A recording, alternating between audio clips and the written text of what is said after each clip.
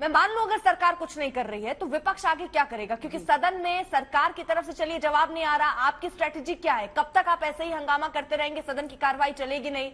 सुलग तो मणिपुर रहा है। दो पक्ष है मैम, एक पक्ष और एक विपक्ष। मान लीजिए पक्ष जो है सरकार कुछ नहीं कर रही, एज अ विपक्ष आप भी कुछ नहीं करेंगे या आप कुछ करने की दिशा में आगे बढ़ेंगे? देखिए, कल सुबह ही हमारी मीटिंग है, वहां उस मीटिंग में तय होगा कि आगे की रणनीति क्या होगी। विपक्ष मतलब टीम इंडिया मीटिंग करेगी और हमें उम्मीद है कि आगे इस तरह से केंद्र सरकार भी बर्ताव नहीं करेगी, क्योंकि हो सकता है चूंकि उनके लोग वहां सही ढंग से गए नहीं या जानबूझकर नहीं गए, या क्योंकि यहाँ तक कि हमारी महिला बाल विकास मंत्री जी ने भी अगर वो भी जाती महिलाओं की स्थिति को देखकर, या महिला आयोग, राष्ट्रीय महिला आयोग जाता तो शायद बहुत पहले और बहुत सारी चीजें सामने आती। लेकिन सत्ता पक्ष की तरफ से इस तरह से एक राज्य को इतना इग्नोर क्यों किया जा रहा है, वहां की इतनी बड़ी समस्या को इतना लाइटली क्यों लिया जा रहा है, ये हम लोगों को समझ में नहीं आ रहा है। माननीय प्रधानमंत्री जी जाना नहीं चाहते, कुछ बोलना नहीं चाहते, ये निश्चित रूप से सबकी समस्या है, ये सिर्फ हमारी नहीं है। और वहाँ अगर आप लोग संभाल नहीं पा रहे हैं तो कोई व्यवस्था तो होगी। जी ठीक है, स्वयं प्रकाश पुरोहित आप कभी जल्दी से एक रिएक्शन ऐड कर लो। आपने शायद म्यूट किया हुआ है। हाँ चलिए जी सर। जी सुन पा रहे हैं आप मेरी आवाज? जी जी बोलिए। जी देखिए, ये इंडिया टुडे का कल का इंडिया टुडे का फ्रंट पेज है।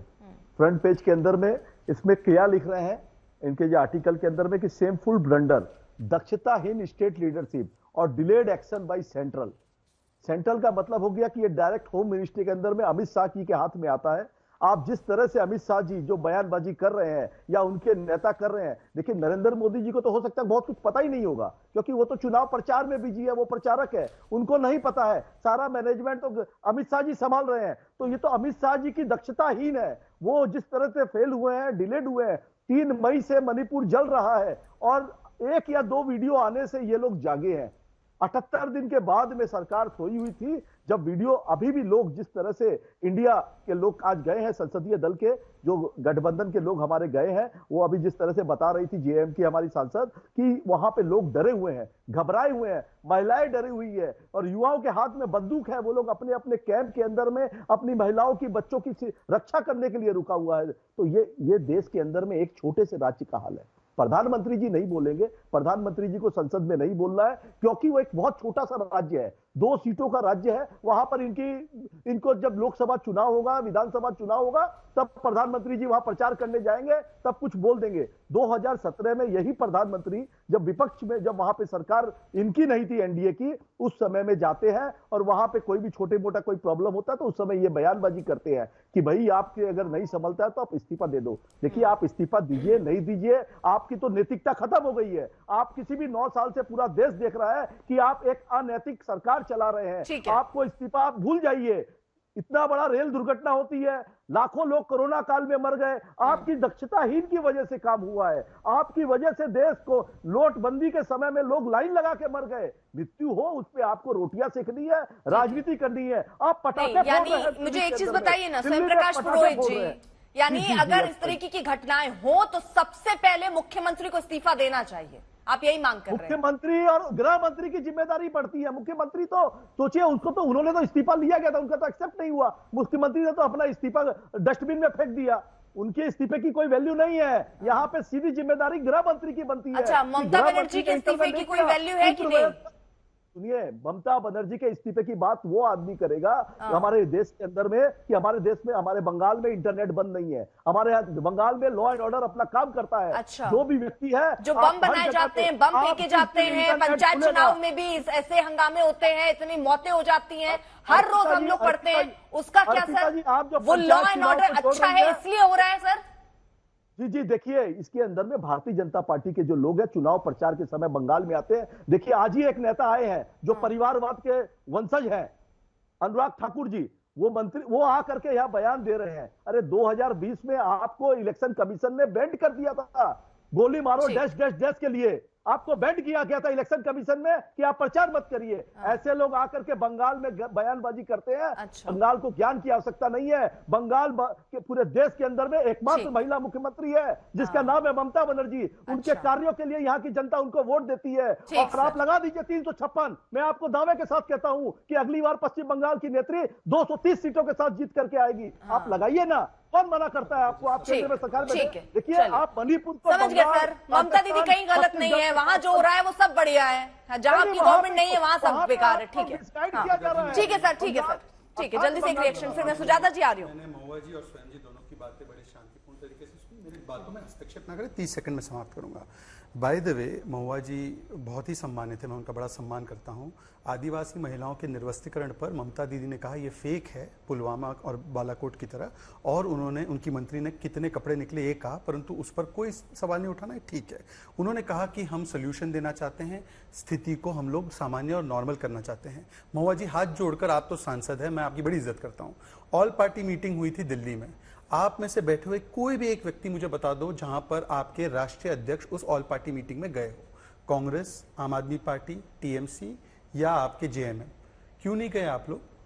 गृह मंत्री वहां पर 3 दिन रहकर आए। आपके समय 93 में जब हुआ तब उस समय पर एमओएस 3 महीने बाद के छोड़ दीजिए, मैं उसमें नहीं जाना चाहता, हम आपकी तरह है ही नहीं। मैं कह रहा हूं सोल्यूशन निकालने के लिए इस दिल्ली में ऑल पार्टी मीटिंग हुई जिसमें जगत प्रकाश नड्डा, गृह मंत्री अमित शाह गए। आप लोग इतने संवेदनशील, इतने अनुभवी, और मैं महुआ जी आपको तो बहुत ही सम्मान करता हूं, आप मेरे लिए एक आइकॉन है, मेरी मां की याद आती है मुझे आपको देखकर। मुझे आपसे पूछना है कि आपके राष्ट्रीय अध्यक्ष कहां थे उस दिन? टीएमसी के राष्ट्रीय अध्यक्ष कहां थी? कांग्रेस के अध्यक्ष कहां थे? सब लोग बेंगलुरु में, कहीं पर बिहार में, पटना में बिजी थे। ठीक है, आपका चयन है, ठीक है। दूसरी बात, मेरी बात पूरी हो जाने दीजिए, मैंने किसी के बीच में नहीं बोला। अभी स्वयं जी ने इंडिया टुडे कोट किया, तो मैं उस आधार पर इंडिया टुडे कोट कर सकता हूं। ये इंडिया टुडे ने एक सर्वे किया और एक रिसर्च किया कि पिछले 8-9 वर्षों में नॉर्थ ईस्ट में और मणिपुर में खासकर स्थितियां सुधरी है। इसका मतलब ये नहीं कि 23 में बिगड़ी है तो हम उसके लिए जिम्मेदार नहीं है, परंतु पूरे परिप्रेक्ष्य में जब देखनी है किसी भी चीज को, मेरी बात पूरी हो जाने दीजिए, मेरी बात पूरी हो जाने दीजिए। प्रकाश जी बीच में नहीं, ठीक है सर, आपने अपनी बारे में बोल लिया सर, ऐसे समय देखिए, ठीक। मेरी बात मेरा केवल इतना कहना है, मेरा केवल इतना कहना है, सुनिए मैं अपनी बात पूरी कर रहा हूं। मैं केवल इतना कह रहा हूं कि ये 2 चीजें मांग कर रहे हैं। एक तो स्थितियां नॉर्मल होनी चाहिए। एक सेकेंड, ये जब मुझे आप ये बताइए, हाँ, मेरी बात हो जाने दीजिए ना, बीच में वो इंटरप्ट कर दे फिर आप मुझे मौका नहीं देती है, वो नहीं है। मेरी बात हो जाने दीजिए, आप आ जाइए उसके बाद 10 सेकंड के बाद टाइम कम है क्योंकि सुजाता आई अंडरस्टैंड, पर सवाल का जवाब देने वाला भी तो एक ही है ना, ऐसे तो अन्याय ना करें। पुरोहित जी 1 सेकेंड सर, आवाज कम करनी पड़ेगी, अच्छा नहीं लगता, समय नहीं है सर, रुकिए। मैं फ्लो मत तोड़िए। मैंने राम जी के विषय में पूछा, उन्होंने जवाब नहीं दिया। इन्हीं के नेता ने एक फेक वीडियो म्यांमार का बताकर उसको मणिपुर का दिया। कीर्ति आजाद इनकी पार्टी में है। क्या ये फेक वीडियो फैलाना इस समय पर ये हेल्प करता है या अपोज करता है स्थिति को नॉर्मल करने में? इसका जवाब क्यों नहीं आ सकता? क्या मणिपुर पे मैं ये भी सवाल नहीं पूछ सकता कि फेक न्यूज आप क्यों फैला रहे हैं?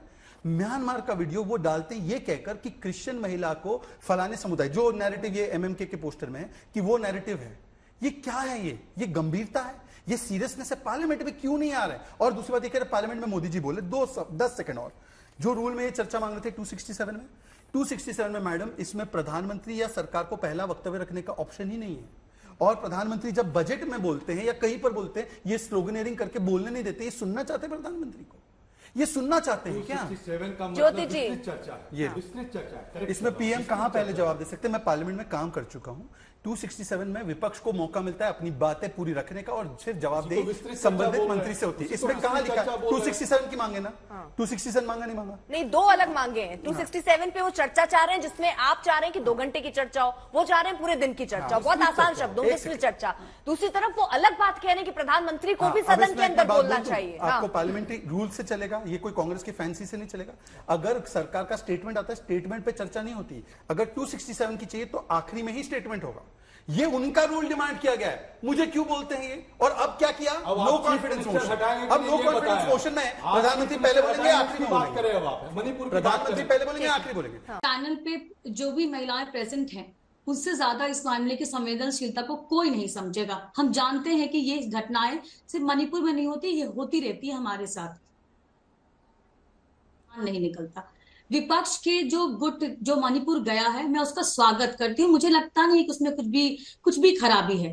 हालांकि ये जरूर है कि 70 दिन तक क्यों इंतजार किया, वीडियो आने का क्यों इंतजार किया, पहले ही चले जाना चाहिए था। लेकिन मणिपुर का सच सामने लेके आए, ये प्रशंसनीय है। लेकिन मणिपुर का ही सिर्फ सच सामने लेके आएंगे तो वो राजनीतिक आडंबर ही लगेगा। आप राजस्थान का सच भी सामने लेके आइए, बंगाल का सच भी सामने लेके आइए। यहाँ पे बैठी हुई जो झारखंड मुक्ति मोर्चा की महिला सदस्य हैं, उनसे भी कहूंगी कि आप झारखंड का भी सच सामने लेके आइए, जहां पे लड़कियों को रेप करके पेड़ पे टांग दिया गया, वो सच भी सामने लेके आइए। यहाँ पे बात हो रही थी कि कैसे आर्मी की जवान की जो पत्नी थी उसको नग घुमाया गया, तो तमिलनाडु में जो घटना हुई थी उसको भी सामने लेके आई। बस 30 सेकेंड्स, और तो ये सामने लेके आएंगे तभी महिलाओं को न्याय मिलेगा। और हर जगह की महिलाओं को न्याय चाहिए, मणिपुर की महिलाओं को भी न्याय चाहिए, और राजस्थान वाली महिलाओं को भी न्याय चाहिए, बंगाल वाली महिलाओं को भी न्याय चाहिए। सिर्फ 30 सेकेंड सविता जी, सिर्फ 30 सेकेंड। एकदम सही। दूसरी बात जो मैं कहना चाहती हूँ कि ये है कि विपक्ष का मणिपुर पे क्या पोजीशनिंग है, ये सब सारा देश को पता है।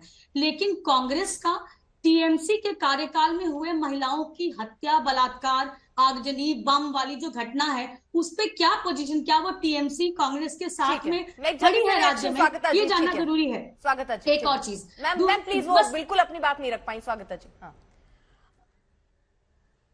नहीं, बस 30 सेकंड 10 सेकंड जिम्मेदारी तय कीजिए। जैसे सुजाता जी ने कहा है, मैं कह रही हूँ जिम्मेदारी तय कीजिए। लेकिन अगर राष्ट्रपति शासन से जिम्मेदारी तय होती, 356 से जिम्मेदारी तय होती, तो अभी तक मणिपुर की समस्या हल हो गई होती, क्योंकि कांग्रेस का तो इतिहास रहा है। ठीक है, स्वागत शाह।